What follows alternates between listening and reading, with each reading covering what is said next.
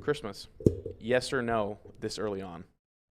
Just in general, Yeah, like Christmas as in like music. acknowledging it and getting into the Right. season. Right. I think now that we are on the week of Thanksgiving, I think it's fine. I think it's passable. I would always personally opt for waiting until Thanksgiving is done. However, I mean, if you're doing it within a week of, I can sign off on that. You can at least approve of it. Yeah, Yeah. anything earlier though is premature. Yeah, I heard some Christmas music on a classic country radio station this Really? weekend going down to Pomeroy, and I switched immediately. I'm like, get out. I'm like, no. What's the best Christmas song? Oh. Yeah, I really like the Trans-Siberian Orchestra. Like I really enjoy like the hard rock version of Christmas music. Yeah. If I had to pick like my favorite kind of like just kind of like childlike one, I really like the what's the name of the Christmas Tree song by well, what's yours? Why confirm? I think I just got to go with Mariah Carey. You would be. It's a good time every single time, without fail. It's fun for sure. What is the name of this? It's not "Oh Christmas Tree." That's unfortunate. I'm not even gonna know the name of it. It's just kind of. Anyway, I like Christmas a lot, but it's definitely not time to do it until after Thanksgiving. I also am a decent proponent of December 1st. Oh wow! Like I just feel like it's Even a nice more kickoff. restraint? Well, because then it gives you a nice 25 days. Like it's a nice classic. Yeah, it's a good number. Right. Yeah. No, So I understand that. That's my thinking behind it. But I get why people like to do it now because of the fact that Christmas is a lot of people's favorite holiday. Right. But I prefer to wait myself. It's also just as bad on the other side of Christmas. Some people, you're like driving around Right. town and you can see people in their houses or like through their windows, you can see they have their trees up and it's like Valentine's Day. And it's like, what Right. on earth are you doing? Right. I hate that. completely agree. Those people are lazy and should probably be sent to a firing squad. Well, and you're just watering down your sense of seasons. If you got a tree in Oh, your you for living sure room are. into February, it's like, what? Okay, well, what are we doing here? And not that it would last this long, but if you go too long, it's like it's a big fire hazard. It's just yeah, dangerous. I know. Another question: do Oh. you have turkey on both Thanksgiving and Christmas? No. Thoughts on that? Turkey is generally pretty bad, in my opinion. Not a big turkey guy. It's So done wrong then. the fact that for you. The best turkey I've ever had was a smoked turkey, and it tasted like a ham. So that's why it was the best. But no, I'm not. Fortunately, my family does not subject me to turkey on back-to-back holidays. It's just Thanksgiving. Okay. Usually we'll do like steaks or something. A lot of people do prime rib and stuff Yeah, like that. yeah, Some yeah. sort of beef, it seems like, for Right. sure. Red meat. All right, we are here. Why did I just get a Snapchat? What's going on here? We are here in the locker room, Holly Mason Building, downtown Spokane. Back on Mondays. Thankfully, Andrew can actually be here, so that's cool. Good for What's up, him. guys? We are going to be taking calls today again, Oh, and man. we'll see if this actually ends up happening. Now that people understand that we are on, actually went live today. I let multiple people know that we are here and going to be taking calls. So pretty much at any point, if you want to talk about anything. Including holiday festivities. Yeah, sure. We can definitely do that. Yeah. But we're going to be talking some Gonzaga basketball today, some Seahawks, unfortunately, a little bit of NHL. What else do we have going on? That's about it. But it's a big week. It is. Obviously, with Thanksgiving coming up here on Thursday. Big week for birds. It's a big week for birds. Mhm. Unfortunately, the ones that end up on your table aren't nearly as lucky as this company we're about to tell you about. Very nice. That's one of the better ones that we've had in a long while. That was pretty good. Yeah, no, but our friends at LuckyBird want you to know that we are sponsored by them. LuckyBird, a Spokane-based e-commerce and digital marketing company dedicated to helping local companies scale in the online world of e-commerce and digital marketing. We want you guys to visit luckybirdbrands.com to have a down-to-earth, no-pressure conversation about all of your digital marketing and e-commerce strategies. Special shout out and thanks to LuckyBird, especially in this holiday season, in which we are particularly thankful for them being our longest tenured sponsor. Yeah, they've been around for 18 months ish. Yeah, God, I guess so. It's been a while. Man. I'm surprised they've stuck with us this long. We're getting old. Yeah, we've changed so much since our May-ish kickoff last year. All right, so number 67s for the Seattle sports teams. I should probably start looking at Kraken because they actually do wear some funky jersey numbers. Yeah, they do. They're going to start being relevant here. We'll do that next week when I start remembering. But for the Mariners, there's really nobody. Matt Festa, who was here for a couple years. That's literally, there were two. The other one was a complete nobody. Matt Festa was at least here over the last couple seasons. With the Seahawks, I'll let you shout out your boy. So you didn't have him written down? I have them. Oh, you do? Yeah, I have the one you're about to say because he's actually the highest rated number 67 in Seahawks history. Is he really? He is. Oh, good for him. Yep. Okay, so I intentionally mispronounce his name because I don't like the way it's technically pronounced. That's fair, depending on what you say it. Paul McQuiston. What do you think McQuiston? People say McQuiston, and it's just so much funnier. If you see the guy's face, if you know what he looks like, McQuiston's more McQuiston's fitting. funny for sure. Oh, it's hilarious. I mean, he's kind of a rough-looking guy. What else about this him? As a fellow redhead. Yeah, but, there you go. He's very pasty. Obviously, he's a lineman, so he's got a lot of meat on that face, and he's got red hair. And, boy, yeah. that's a bad one Yeah, when he was with the Raiders. Oh man, I miss this guy. I just also remember going down the Madden rosters and being like, this guy, yeah, right there. That's literally him. Yeah. Like that guy plays He football. looks like he's missing teeth, and then he I don't know, got some asphalt. The crazy in thing there. about Paul McQuiston is you didn't hear much about him when he was playing for the Seahawks. Like he was not very talked about, which is a good thing in my opinion for offensive linemen. Super solid player for the Seahawks. Yep. Really made up a strong right side of that line there with Breno Giacomini, who will be mentioned next week. Oh man, Jacques. Yeah, which another that offensive line in the Super Bowl years for the Seahawks, very underrated for what they did. And Max Unger, yeah, and a healthy Russell Okung. J.R. Sweezy was actually playing pretty well. Also didn't deal with a back injury. So that line was perfect for what Seattle wanted to do with their ground and pound running game. All kind of not dirty players, but played through the whistle. They certainly did. Especially the tackles had quite a few false starts and holdings. Oh, yeah, that was the one thing. Over the couple of years. Yeah, they definitely were penalized, but it never really affected the team's success, obviously, considering that they went to back-to-back Super Bowls and won one of them. The other ones, number 67, Rob Sims was a guard, kind of in the tail end after the Super Bowl years, was there during the brutal years until 2010. But he was there for like 5 years. BJ Finney last season's, which actually ended up working out really well for Seattle, considering they flipped him to the Steelers somehow. How could we forget BJ? Yeah, good old. And then sticking with the holiday themed time, DeMarcus Christmas was also number 67. Yeah, defensive tackle. He had a cup of coffee with us. He came. He was undrafted actually, and he played a couple games, didn't do anything as usual. I just can't get over looking at Paul McQuiston. That's just funny. I forgot that he did this to his hair. Bad. It's really bad.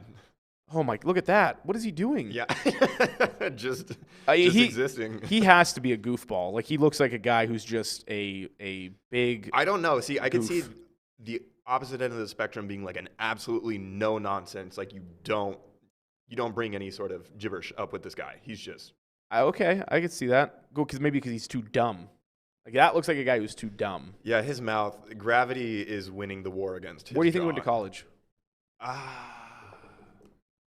Oh, I knew this at one point in time. Wofford? Weber State. So you got the W. So that's what you're thinking. In Utah, in Ogden. I did not know that. Interesting. Yes, very solid number 67 for the Seahawks. All right. We did Lucky Bird. That was good. Good on us for not forgetting. Let's move it into basketball here. So the Gonzaga women played Stanford yesterday and lost 68-64 to Fear the Tree. Yeah, to Stanford. But what's really cool about the Gonzaga women's program is, first off, they're really, really good, and they have been for a while. And they, after the game, said they expect to win games like yesterday, which is kind of impressive considering they were unranked going up against a perennial contender in Stanford. With two reigning national champs. Yes, with two Spokane area women on that team, with the CV, the Holes.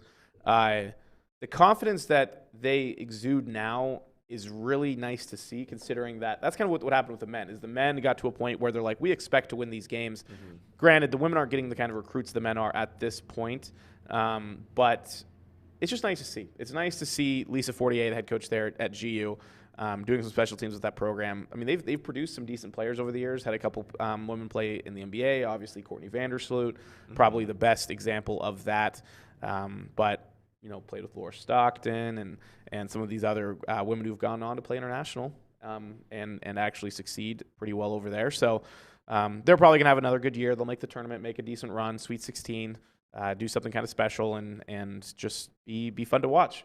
Again, I don't love watching women's basketball just because I have no knowledge of it is the biggest problem. Same thing like I didn't like watching NHL.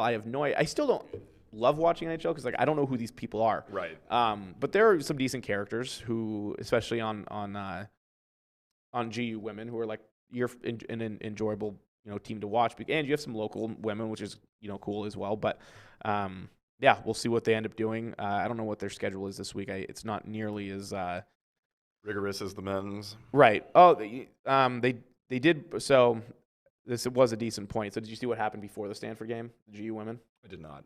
So they took half the team took a knee during the national anthem. The Stanford women or GU women? Okay. And I don't know if anyone asked them about it, but I wonder what it was for. Probably the Rittenhouse thing. Unless that's just something that they've kind of baked into their typical. I don't think it is pregame situation. I don't think they have until yesterday. So that would make sense. I would imagine. Yeah. I don't know what else is going on socially that would kind of right provoke them to do that. I don't know if that was the thing to socially provoke them anyway, or like should have been, I should say. But to each their own on that front. Yeah.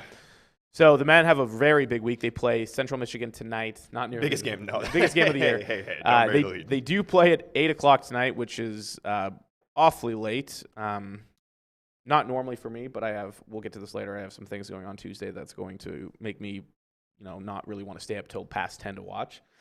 Then they play number 2 UCLA on Tuesday, which is tomorrow. Which is kind of crazy that it's already here. It is kind of. I mean, it's already Thanksgiving week, and we are in this position where GU's playing 2 top 10 teams in the span of a week. I mean, it was pretty similar to last year, right? It is. I think it was a little bit more spread out. It was a little more spread out. It wasn't back-to-back like this. I mean, they had Kansas, then they had Auburn, and then they had Purdue. Yeah, they had a couple. They had a couple things. Or sorry, Iowa. Yeah, they had a couple big time games in there. But UCLA game will be the first 1-2 matchup between 2 West Coast teams in the history of the AP poll era. Really? Yeah, our wow, or my coworker at the Spokesman, Jim Meehan, unlodged that little nugget. So the AP poll has been around for like 50 years. So the last time a 1-2 matchup involved a West Coast team was when number 1 UNLV beat number 2 Arkansas in 1991. And that was the last time a Western team was involved in a top 2 matchup. So it'll be really fun tomorrow. Obviously, the last time GU and UCLA played was in the Final Four when Jalen Suggs hit that game-winning buzzer-beater half-court shot that sent the Zags to the national championship, where they then got hosed by Baylor. Actually, I think UCLA is more at fault for just absolutely sucking every ounce of life and play out of them. That was a lot of emotional energy, physical energy. How do you get up for a game after that? That's Even tough. If it is a national championship, like how do you do that after expending all of that emotion, right? All that mental fortitude, just the high that was. I mean, that was an incredible game. I mean, that was the game of the year. That was the best game in college basketball in I don't know how long. In a long time. I think it's a top 5 game in the last 20 years. Yeah, I think so. Definitely, I think. Decade for sure. And you can argue, based off of it was back and forth. They were scoring. I mean, it was what? Was it like 90-87 or 88-91? I think it got to the 90s or like the low 90s. It was something high scoring where, I mean, the efficiency was off the charts. The athleticism was off the charts. The shot making. Yeah, it was. I mean, Johnny Juzang put on a clinic, which was really unfortunate, obviously. Now he's back after right. foregoing the draft, in which he probably would have been at least a lottery pick. Right, and he will be probably next year unless something catastrophic happens. Really, only injury-wise. That's the only thing that could happen. Yeah, would be an injury problem. Yeah, kind of a ballsy move on his part. Kind of an interesting choice to come back to. Yeah, I wonder if he has any NIL deals. Oh, I'm signed. sure. I would have to guess he does. So. So maybe that's part of it. Thinking like, I'll make some money. And he probably has some sort of insurance policy worked out in case something career-threatening did happen. Yeah. But my biggest keys to tomorrow really is just Johnny Juzang. UCLA hums as much as Johnny Juzang essentially allows.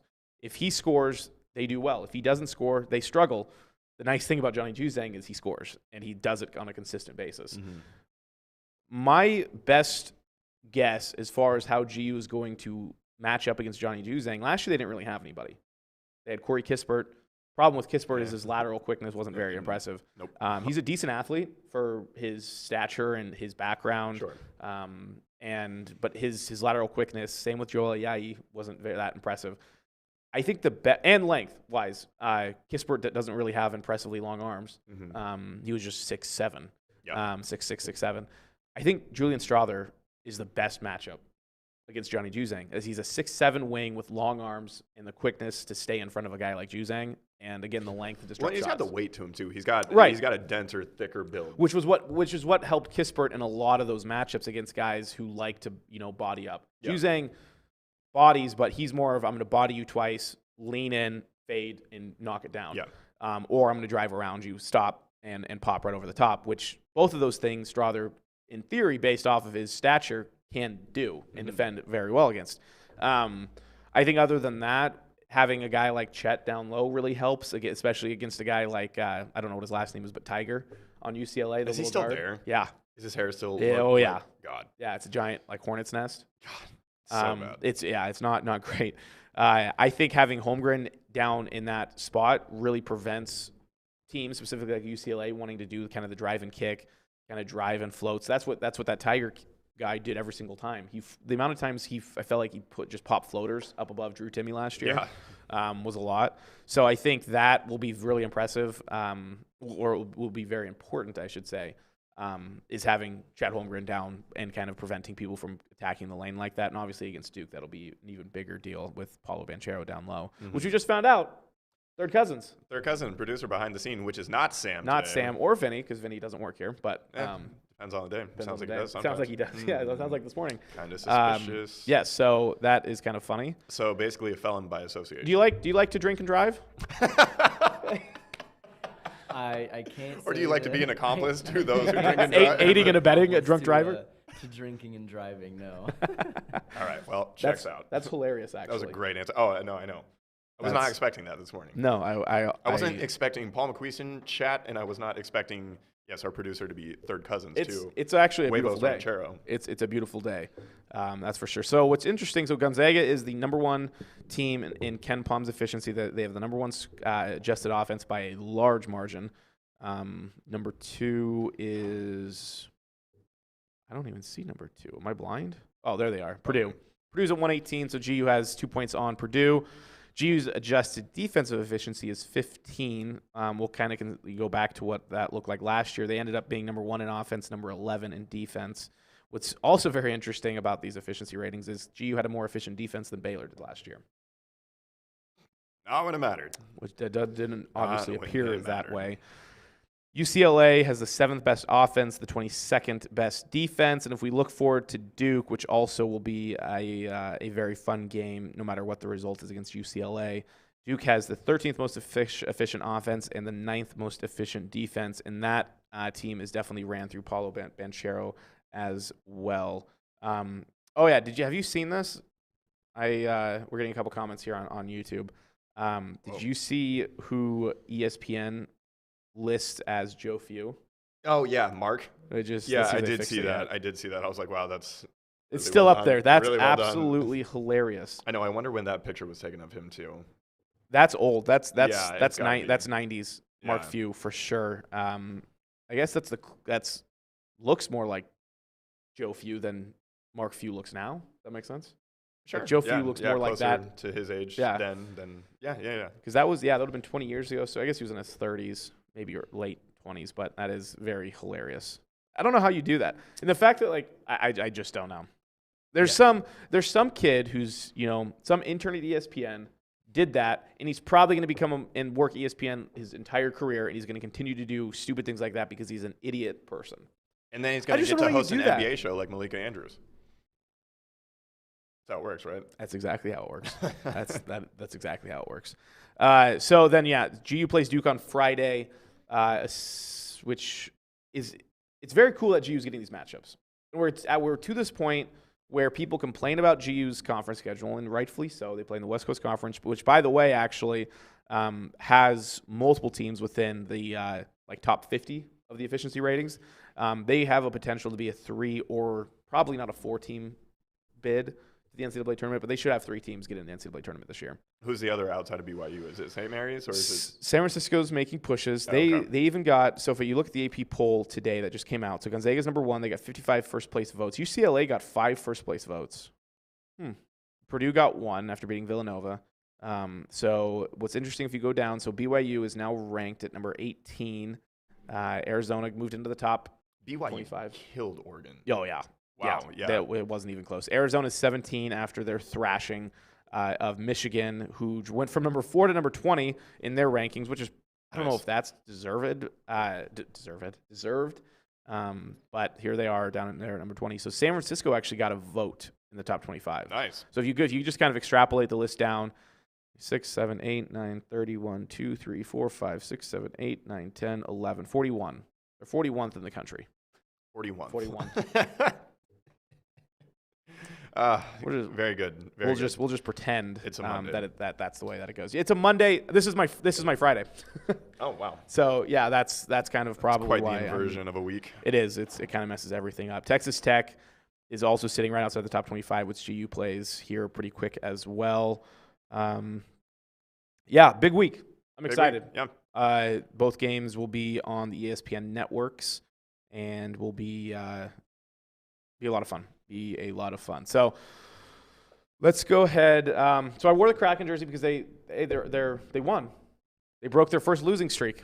They had lost like 8 of 9, something not good, and they ended up winning last night, which is really big.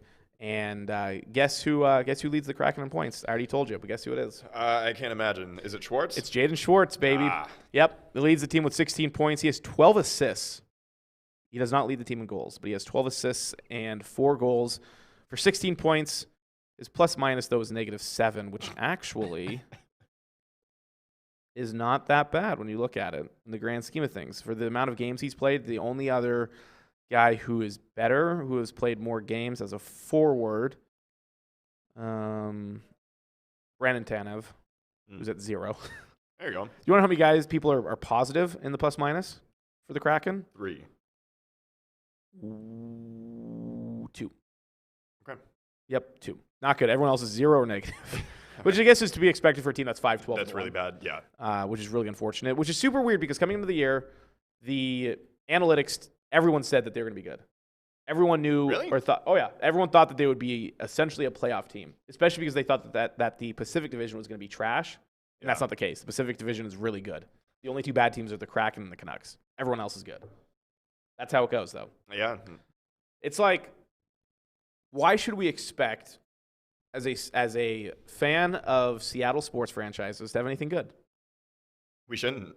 The only thing that's good right now in Seattle sports, Mariners are improving and have a lot of potential. Yeah. I mean, we can ride the coattails of last season, which is, only like a month in the rear view at this point. Right.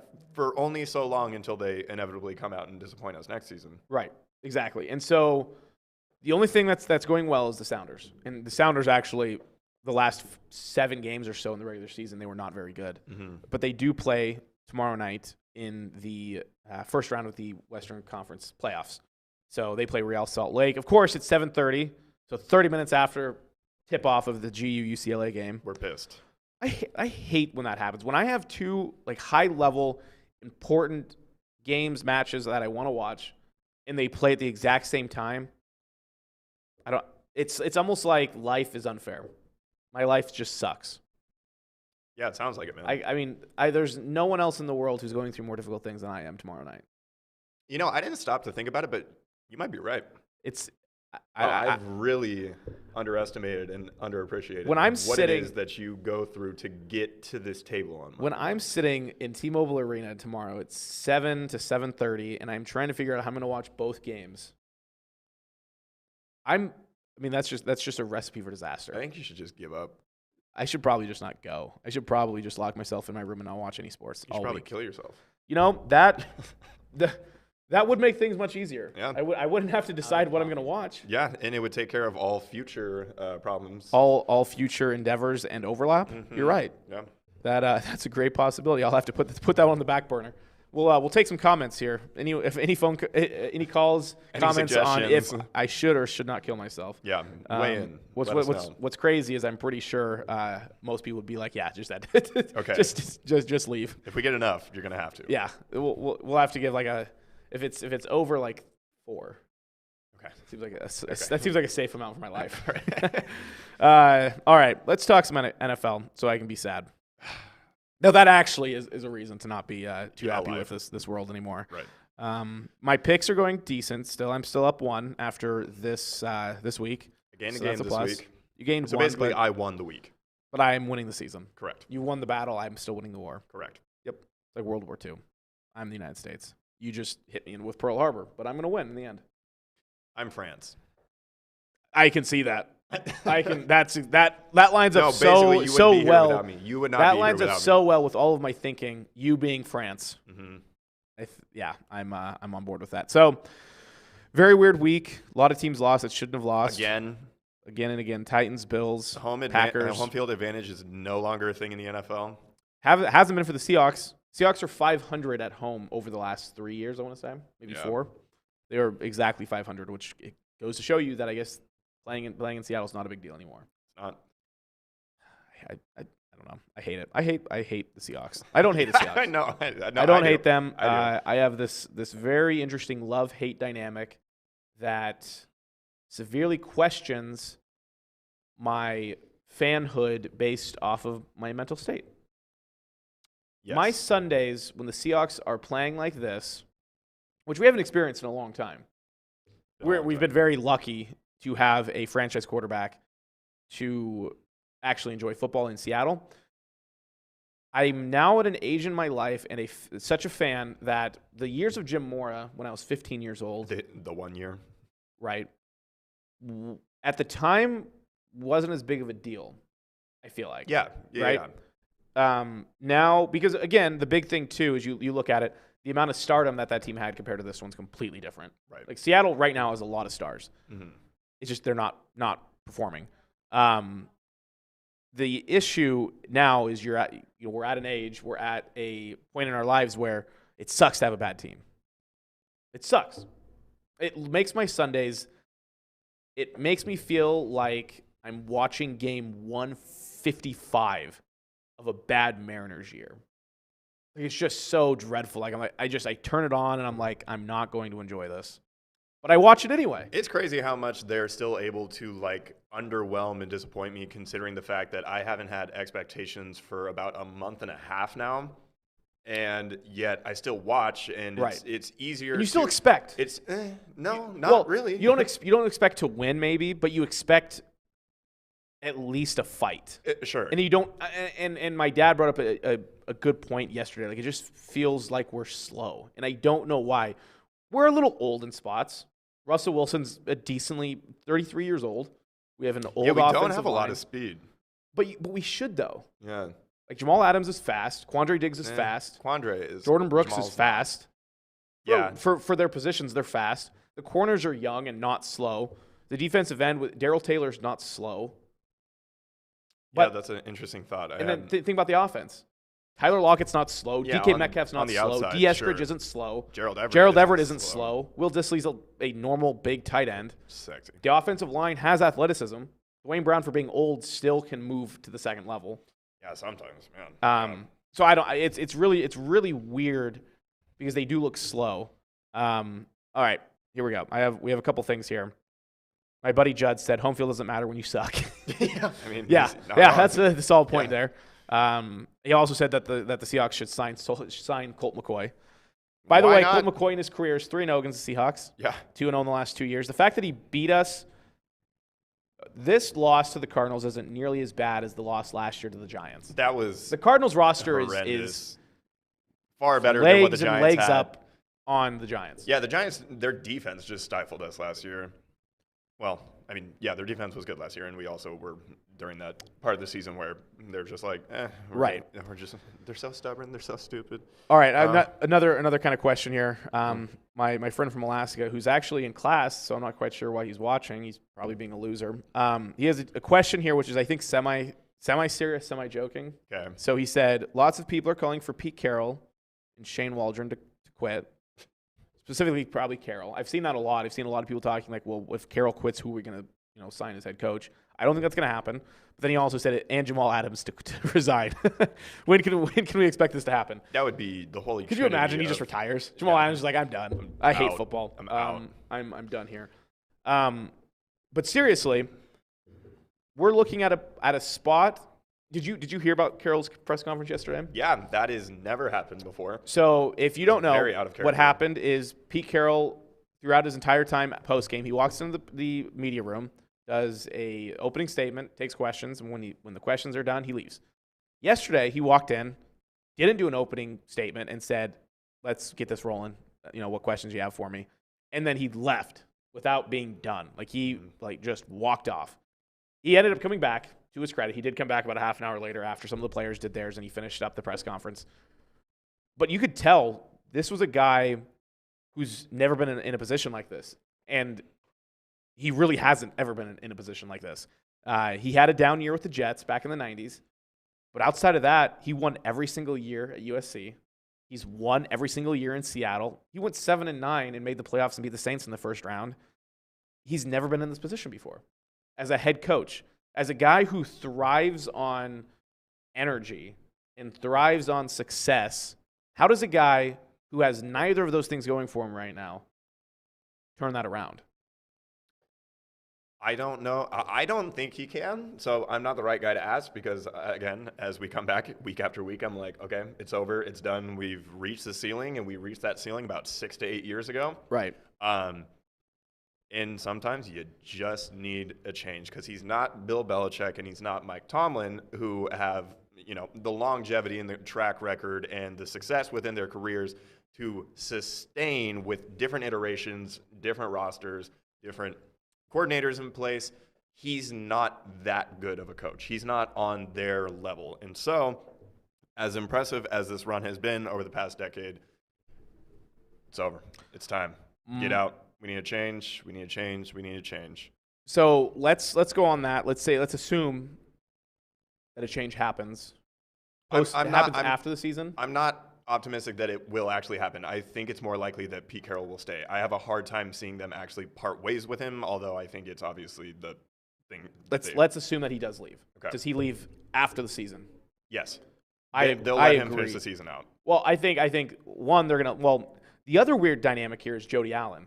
Like she's only in her second year as owner. Granted, it's the the Allen ownership group. It's not just Jody Allen as the owner. Sure. But still, she took over for her brother, who then who led the Seahawks out of darkness, built a brand new beautiful stadium, did a lot of really cool things, and obviously a big philanthropist and I mean multi-billion-dollar guy. Jody's probably in a position where she doesn't want to just fire and start over from scratch. There's no way. There's no way she feels comfortable doing that. Again, she has a really good ownership group in place. A lot of other big-time Seattle executives who are in place to do good things.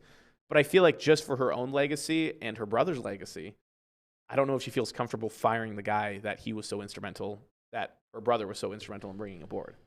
Yeah, I mean, that's fair. And, I mean, her association with the franchise, largely has been with Carroll at the helm. Like, that's what she knows. That's what she's familiar with. Right. And so, yeah, no, I think that's a fair point. And she's even more hands-off than super hands-off than Paul Allen himself was, which is fine. I actually appreciate that from an owner. Like, I hate Mark Cuban and Jerry Jones. Like, I hate that they're so involved. Granted, Jerry Jones is more of a GM structure than like Mark Cuban is literally just an owner. Yeah. Who doesn't make too many personnel decisions.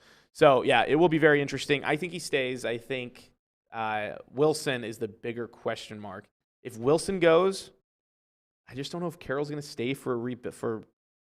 That's the thing. If they trade Russell, then it's like, okay, let's get rid of Carroll as well because, you can't have Carroll around to try to entirely. If you get rid of Wilson, you build around your wide receivers. Yeah. Bring Gerald Everett back. And Gerald Everett. They're your 3 biggest stars as far as like offensive production. Yeah. I agree if that does happen. Friend from Alaska said, Gianni said, he doesn't have anything controversial or interesting like a recruiting scandal at USC or a defense who is abusing prescription drugs. That's true. There's nothing exciting. Yeah. There's nothing that keeps us on our toes every week wondering, I wonder what's going to happen. Recently. Yeah, it has been a little lame. Pete. We need someone to crash at 150 miles an hour. Let's not do that. That'd be bad. Be bad for all involved. Yeah. All right, so give me one word to describe this team. Bad. Okay. Fair enough. Stupid, stubborn, I think maddening. I think mine would be overmatched. Overmatched. Because it doesn't feel like it's a lack of talent. It just feels like a lack of your talent performing up to their standards. A lack of execution. So and I mean, huge lack say that lack for of any team that loses, execution. because it all comes down to execution. So I mean, that's not a novel concept. Well, then you listen to some of these Seahawks post-game shows that are all players, and they're not blaming the coaches more so. They're like, this is on the players. Like eventually, coaching can only get you so far. Right. Eventually, coaching can only do so much, either good or bad. Like, you have to have players that actually execute, and that's not happening. Offensive line is missing blocks. Wide receivers are dropping balls. Russell Wilson's missing throws. Defenses are blowing coverages. Missing tackles. Right, and the coaching staff can only do so much, especially when it's full of veterans. Jamal Adams shouldn't be blowing assignments, missing tackles. Quandre Diggs, same thing.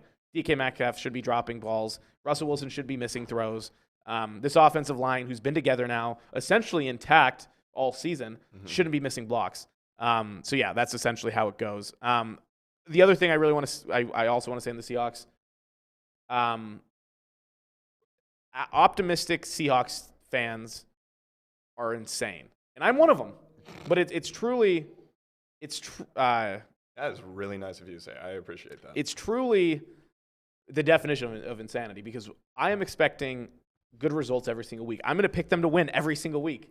I don't even care. I don't even care. So but that is literally the definition, because I am continuing to expect good things when bad things happen.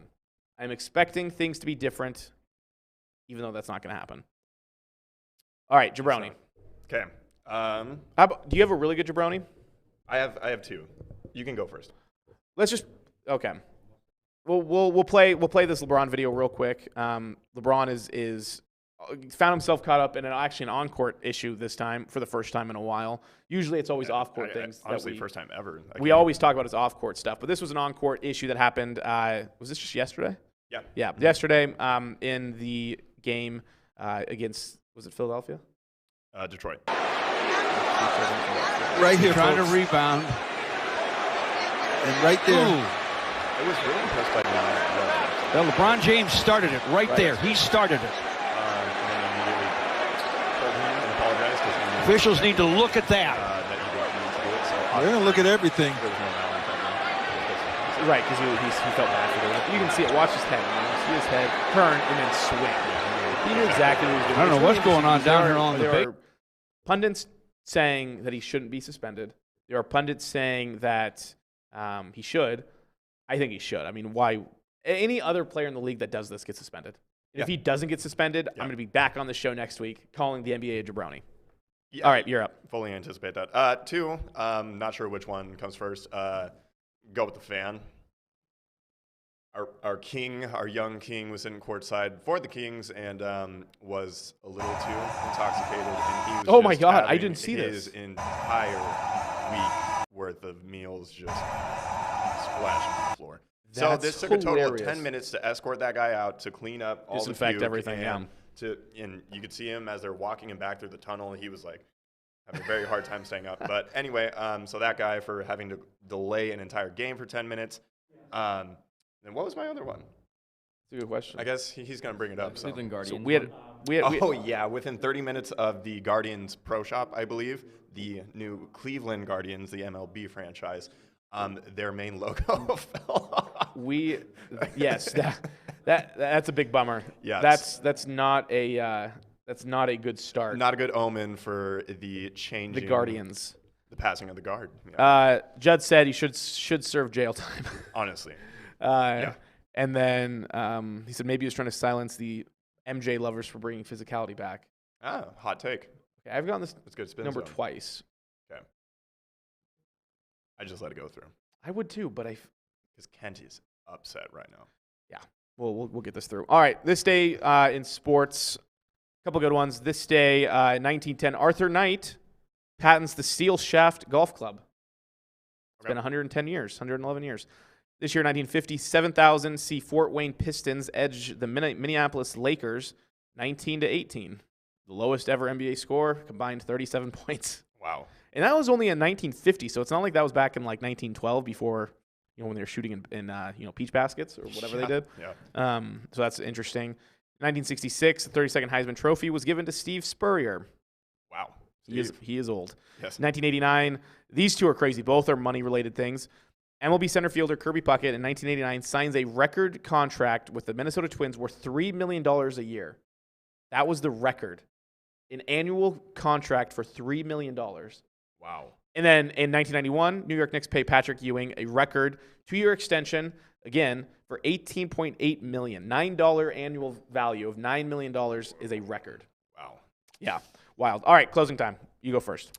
Here is 1 minute of Russillo talking about how Colt McCoy is like the greatest quarterback ever. I'm here for it. I think you guys think I'm making fun of Colt McCoy. No. I understand you're deeply committed. I went to his last home game ever at Texas. How was that? I was a huge fan of his. It was like a one-way friendship. Have you met him?